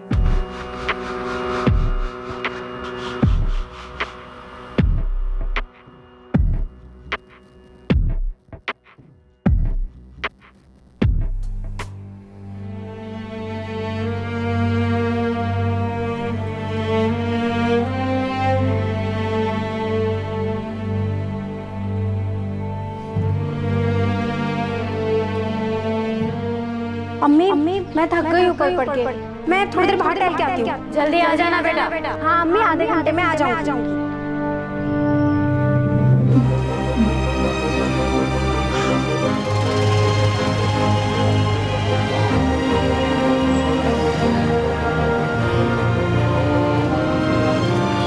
जहां एक तरफ सोफिया देह व्यापार के जाल में फंसी तकलीफ सह रही थी, वहीं दूसरी तरफ उसके भाई और पिता उसे छुड़ाने के लिए दर दर भटक रहे थे। एक पुलिस स्टेशन से दूसरे पुलिस स्टेशन तक उन्हें फुटबॉल की तरह उछाला जा रहा था, वो भी सिर्फ एक FIR के लिए। FIR, first information report, case दर्ज होने के बाद लिखी जाने वाली रिपोर्ट। जनवरी में जब सोफिया के लापता होने की खबर पुलिस को दी गई, तो उन्होंने कंप्लेंट लिखने की बजाय सिर्फ डायरी में एंट्री लिखी। 3 महीने बाद जब उसके दिल्ली के GB रोड के कोठे में फंसे होने की खबर मिली, तो दिल्ली पुलिस ने भी सोफिया के पिता से बंगाल में लिखवाई गई FIR की कॉपी मांगकर इस केस से अपना पल्ला झाड़ लिया। वो रिपोर्ट जो कभी लिखी नहीं गई थी। ऐसा लग रहा था कि सोफिया के साथ जो कुछ भी हुआ, वो कानून का पालन और रक्षा करने वाले सभी लोगों के अधिकार क्षेत्र के बाहर ही हुआ, और अब भी हो रहा था। कोई उसकी जिम्मेदारी लेने को तैयार ही नहीं था। जो हो रहा था वो गैर कानूनी था। एक आम आदमी को 0 FIR या कंटिन्यूइंग ऑफेंस के FIR की जानकारी ना हो, ये बात समझ में आती है, लेकिन पुलिस को भी इसके बारे में ना पता हो, ये बात बहुत अजीब नहीं लगती? 0 FIR का मतलब है कि FIR किसी भी थाने में दर्ज कराई जा सकती है, भले ही जुर्म उस थाने के अधिकार क्षेत्र में ना हुआ हो। फिर बाद में उसे सही थाने में ट्रांसफर किया जा सकता है। अगर कोई जुर्म कई इलाकों में हुआ हो तो उसे कंटिन्यूइंग ऑफेंस माना जाता है। क्रिमिनल प्रोसीजर कोड के तहत ऐसे जुर्म की FIR दोनों जगहों पर दर्ज की जा सकती है, जैसे कि इस केस में दिल्ली और बंगाल दोनों पुलिस स्टेशंस में ये FIR दर्ज की जा सकती थी। अब तो कोई चमत्कार ही इमरान और उसके परिवार को उनकी बेटी से मिलवा सकता था। चमत्कार तो नहीं हुआ, पर सामने आई सिर्फ एक छोटी सी आशा की किरण।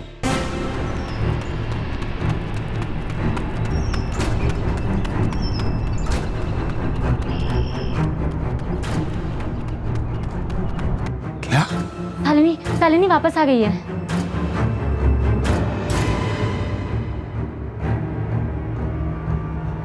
लेकिन वो अब तक थी कहाँ काकुली?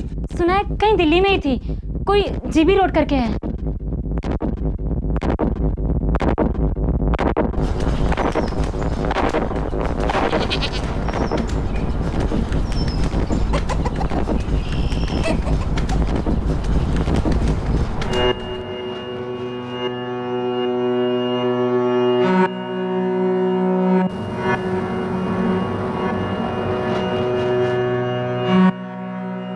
अपनी बेटी को वापस कैसे लाए तुम? मैं नहीं लाया, दिल्ली से फ़ोन आया था। कोई क्या कहते हैं उसको, वो NGO। हाँ, उन्होंने पूछा कि शालिनी तुम्हारी ही बेटी है?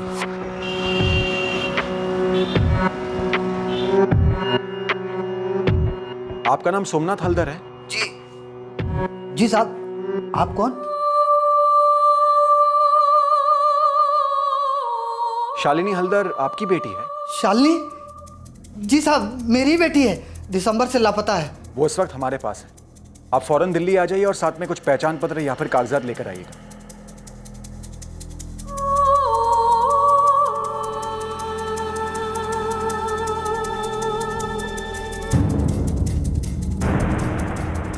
मैं दिल्ली पहुंचा, वो लोग मुझे कोर्ट ले गए शालिनी की शिनाख्त के लिए।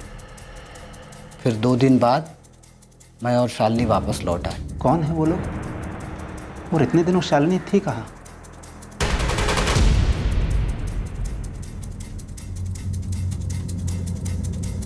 उस दिन किराने से सामान लेके मैं वापस लौट रही थी। इतने में क्या हुआ कुछ पता नहीं चला, कुछ समझ ही नहीं आया।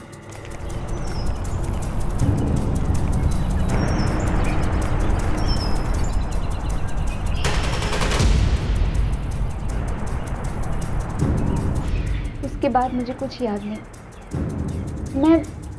मैं सुध-बुध खो बैठी थी। मैं कहाँ पहुंची, कैसे पहुंची, मुझे कुछ याद नहीं।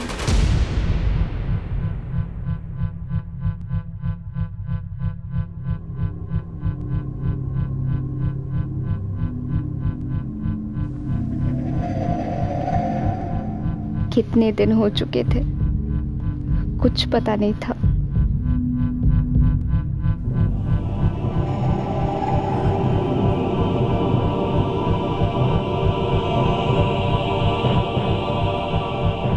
मैं कहाँ हूँ? आप कौन है?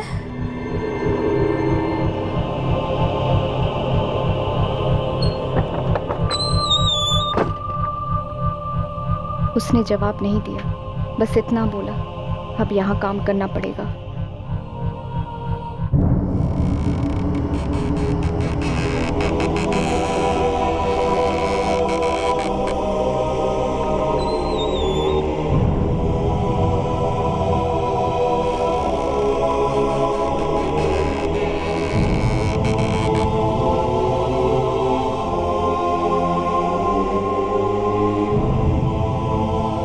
मैं चीखती चिल्लाती घर जाने की जिद करती तो वो लोग बहुत मारते थे। 1 महीना हो गया, तब पता चला एक लड़की से कि मैं दिल्ली में हूँ, एक कोठे में, जीबी रोड पे।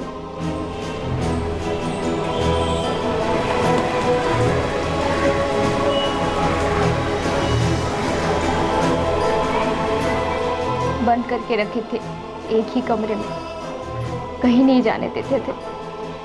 सब कुछ एक कमरे में, खाना पीना सोना बाथरूम। हर दिन एक के बाद एक मर्द आते गए। बेटा शालिनी, क्या हमारी सोफिया भी वहीं पर है क्या? पता नहीं चाचा, लेकिन अगर वो वहां पे है तो आप उसे बचा लो, वो लोग बहुत मारते हैं।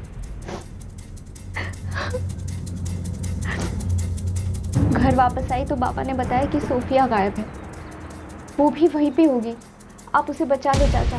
शालिनी, तुम वहां से बाहर कैसे आई?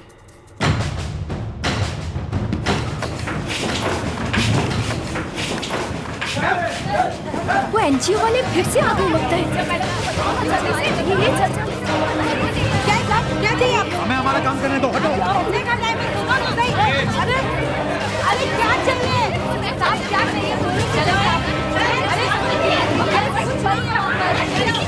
क्या चाहिए साहब, बोलो ना। साहब क्या चाहिए साहब, साहब मेरी बात तो सुनो साहब, क्या चाहिए साहब, बोलो तो सही एक बार। चलो भाई को तक छोटी कर रहे हो साहब, साहब मेरी बात तो सुनो। अरे क्या ढूंढ रहे हो तुम लोग?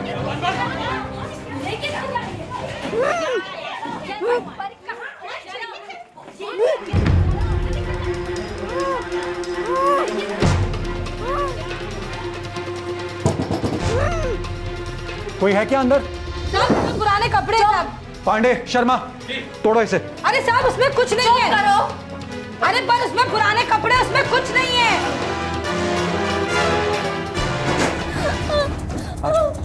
संभाल के बाहर।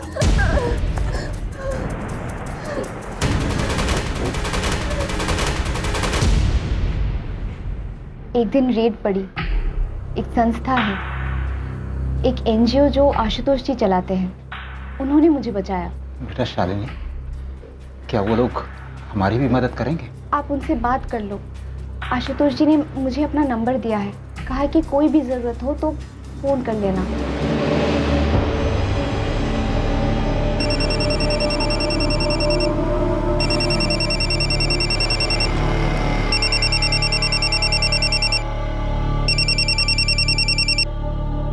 हेलो, आशुतोष जी, मैं इमरान सुलेमान। साहब आपने शालिनी हल्दर को बचाया था ना, उन्होंने आपका नंबर दिया और बोला कि आपको फोन करूं। बोलिए इमरान, क्या काम है आपको मुझसे? मेरी एक बच्ची है सोफिया, वो भी दिल्ली के किसी कोठे में फंसी हुई है साहब।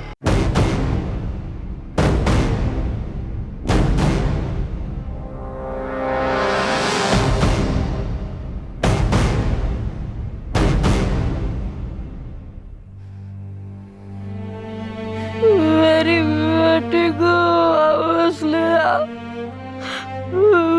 मेरी फिक्र मत करो। कितने दिन हो गए, ज्यादा किस साल में होगी मेरी बच्ची।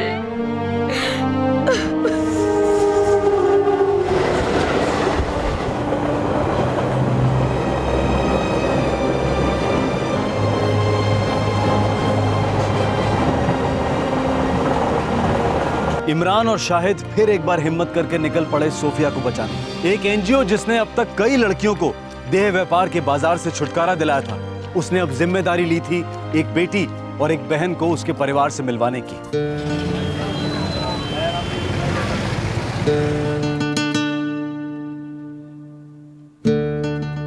इसकी 10 कॉपीज बना लो। Okay sir. हम पूरी कोशिश करेंगे। जी मैं जिंदगी भर आपका एहसानमंद रहूंगा। आप एहसान की बात मत कीजिए। देखिए, अभी हम पुलिस के पास नहीं जाएंगे, एक दिन इंतजार करेंगे। पर पता कैसे चलेगा सोफिया कहाँ है? पता चल जाएगा, सब्र रखो। लड़की 19 साल की है, नाम है सोफिया सुलेमान। उसकी फोटो का MMS भेज रही हूँ।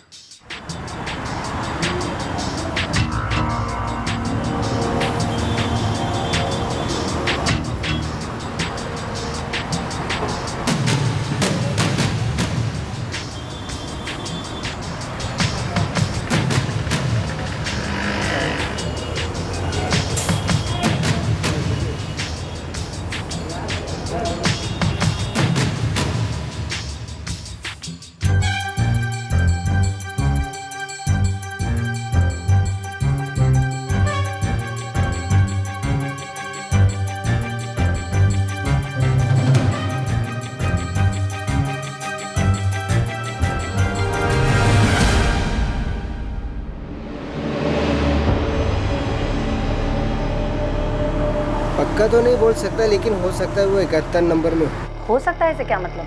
जी 99% तो यही हो सकती है। 1% से क्यों कन्नी काट रहे हो? जी ये तो पक्का है कि उस लड़की को यहाँ लाया गया था, लेकिन अब वो यहाँ है या नहीं ये बोल नहीं सकते। लगभग सारे कमरों में जाकर चेक किया है, अलग अलग आदमी भी भेजकर। अब ज़्यादा भी घुस नहीं सकते ना मैम, इसलिए मुझे लगता है 1% नहीं हो सकती। बाकी होनी तो वही चाहिए। अब आप देख लो जी। ठीक है।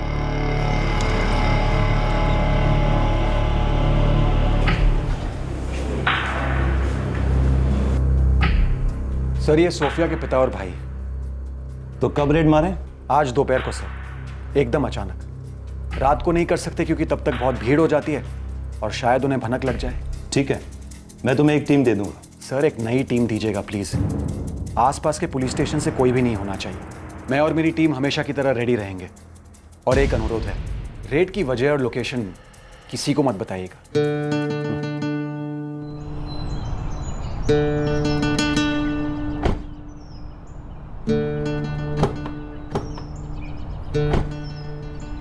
मेरी गाड़ी आप दोनों को ऑफिस ले जाएगी। आप लोग वहीं हमारा इंतजार कीजिए। साहब हम भी आपके साथ चलना चाहते हैं। नहीं, उसमें बहुत खतरा है। क्यों साहब, उसमें किस बात का खतरा? देखो, सोफिया अगर वहाँ है तो हम उसे कैसे भी निकाल लेंगे, लेकिन आप दोनों को वहाँ ले जाना खतरनाक साबित हो सकता है। हम नहीं चाहते कि आप दोनों उनकी नज़र में आ जाए। फिक्र मत कीजिए।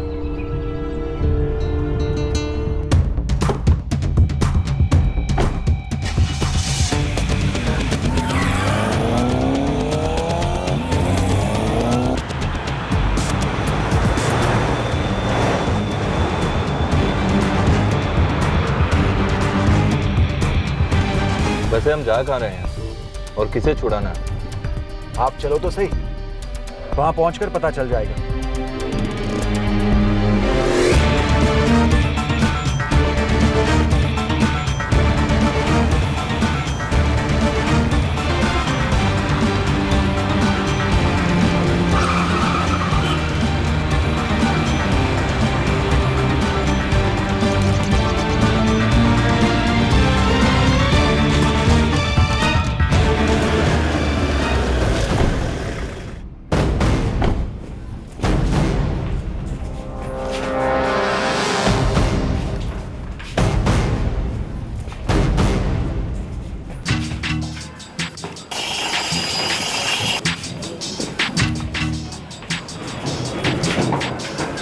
अरे लगता है फिर से आ गई है। अरे चलो भागो, चलो भागो। अरे वो गिरिजा मैडम को बताओ ना जल्दी से। अरे साहब कहाँ घुसे चले आ रहे हो? हाँ सुनिए सुनिए, ये आपका घर है। अरे क्यों धंधे का टाइम कोटी कर रहे मेरा? हाँ जाइए यहाँ से। क्या कर रहे हैं तुम लोग? चुप एकदम। क्यों?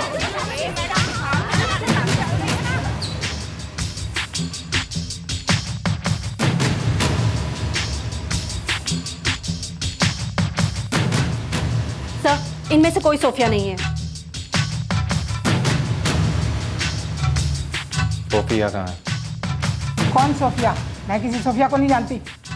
कोई और चलेगी क्या?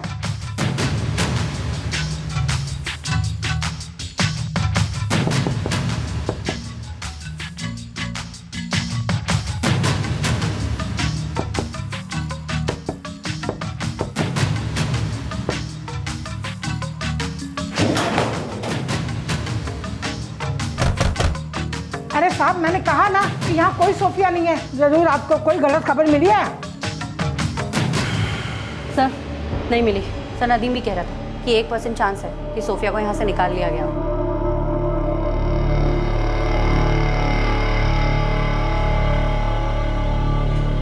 मुझे लगता है कि सोफिया यहाँ नहीं होगी, वरना इतनी देर तक ये औरत झूठ पर अड़ी नहीं होती।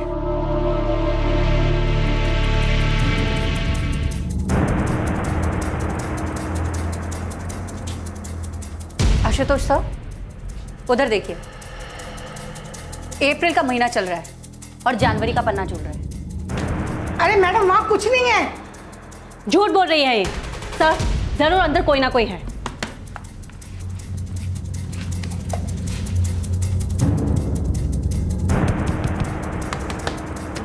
सील प्रूफ बना है, इसे तोड़ना पड़ेगा। Yes sir. टेबल हटाओ।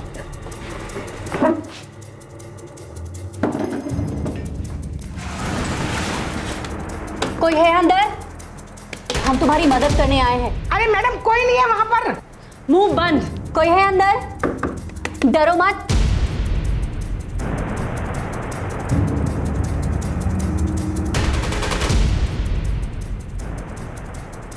सर कोई है अंदर? तुम हमारी आवाज सुन सकती हो? जोर से बोलो।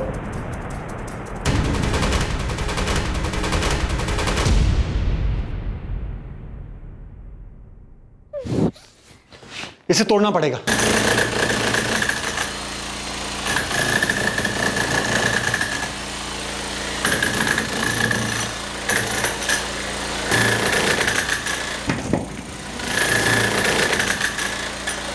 जरा ध्यान से, अंदर की तरफ गिरना चाहिए।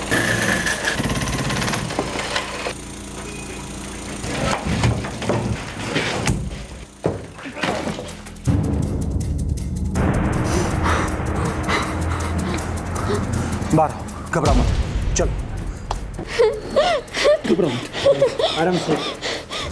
मैंने तो कहा ही था सोफिया यहाँ नहीं है। नाम क्या है तुम्हारा बेटा? कुमकुम। मुझे बचा लीजिए, मैंने कुछ नहीं किया। ये लोग हमसे गंदे गंदे काम करवाते और इन्होंने ही हमें यहाँ पे बंद कर दिया। ठीक है कुमकुम, डरो मत, हम तुम्हें यहाँ से ले जाना है, शांत रहो, ठीक है? इसे जानती हो, इसका नाम सोफिया है। हाँ सोफिया उधर है, उधर। इन लोग ने हम दोनों को बंद कर दिया। अभी कुछ देर पहले सोफिया को उधर बंद किया और मुझे इधर। यहाँ आने से पहले हमें भी नहीं पता था कि हम कहाँ जा रहे हैं। आपने बताया कहाँ था? उधर है। इधर? हाँ।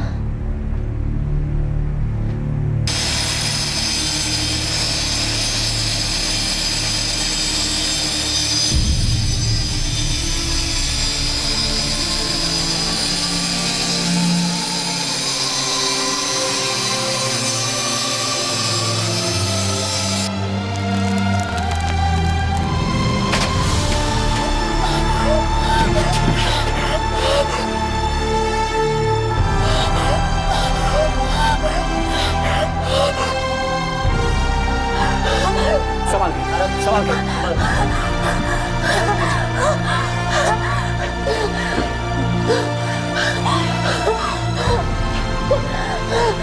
तुम सोफिया सुलेमान हो? तुम्हारे अब्बू और भाई तुम्हें लेने आए हैं।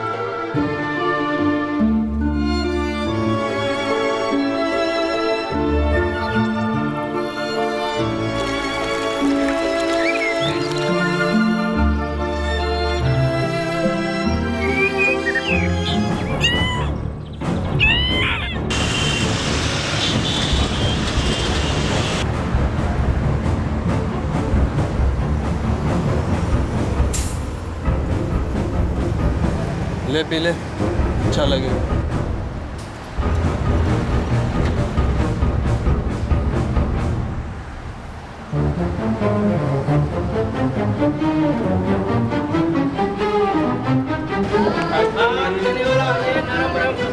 चना गर्मा गर्म, चने वाला चना एकदम गरम कड़क।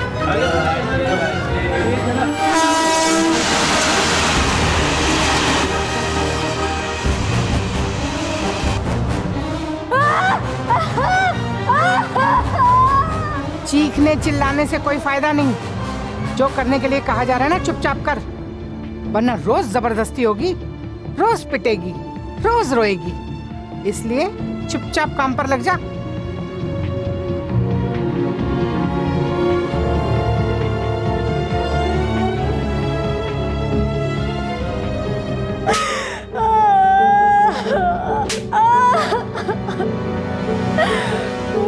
मुझे मत मारो,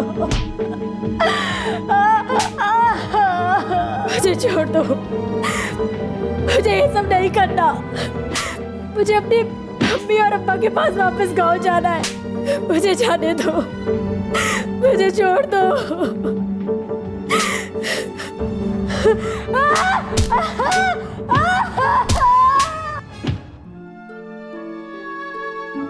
कुमकुम नेपाल से लाई गई थी इतने वक्त पहले कि उसे अब पूरी तरह से याद भी नहीं था कि वो कहां की रहने वाली है। अब वो एक बाल संस्थान की देखरेख में है।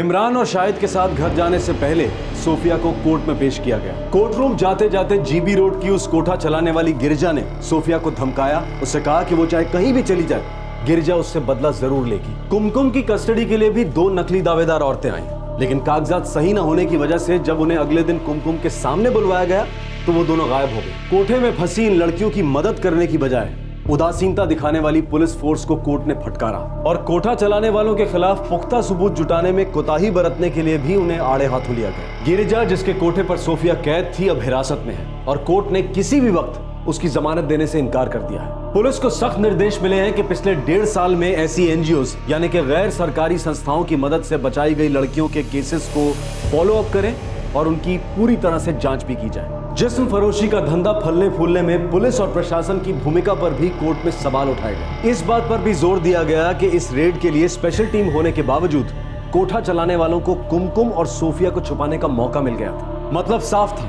कि रेड की जानकारी उन्हें मिल चुकी थी। क्राइम पेट्रोल ऐसे लोगों और एनजीओज को सैल्यूट करता है जो जिस्म फरोशी के काले धंधे को जड़ से मिटाने के लिए बिना डरे और बिना रुके लड़ रहे हैं। जिस्म के इन व्यापारियों और उनकी मदद करने वाले सरकारी डिपार्टमेंट्स के खिलाफ सख्त से सख्त कानूनी कार्रवाई होनी चाहिए।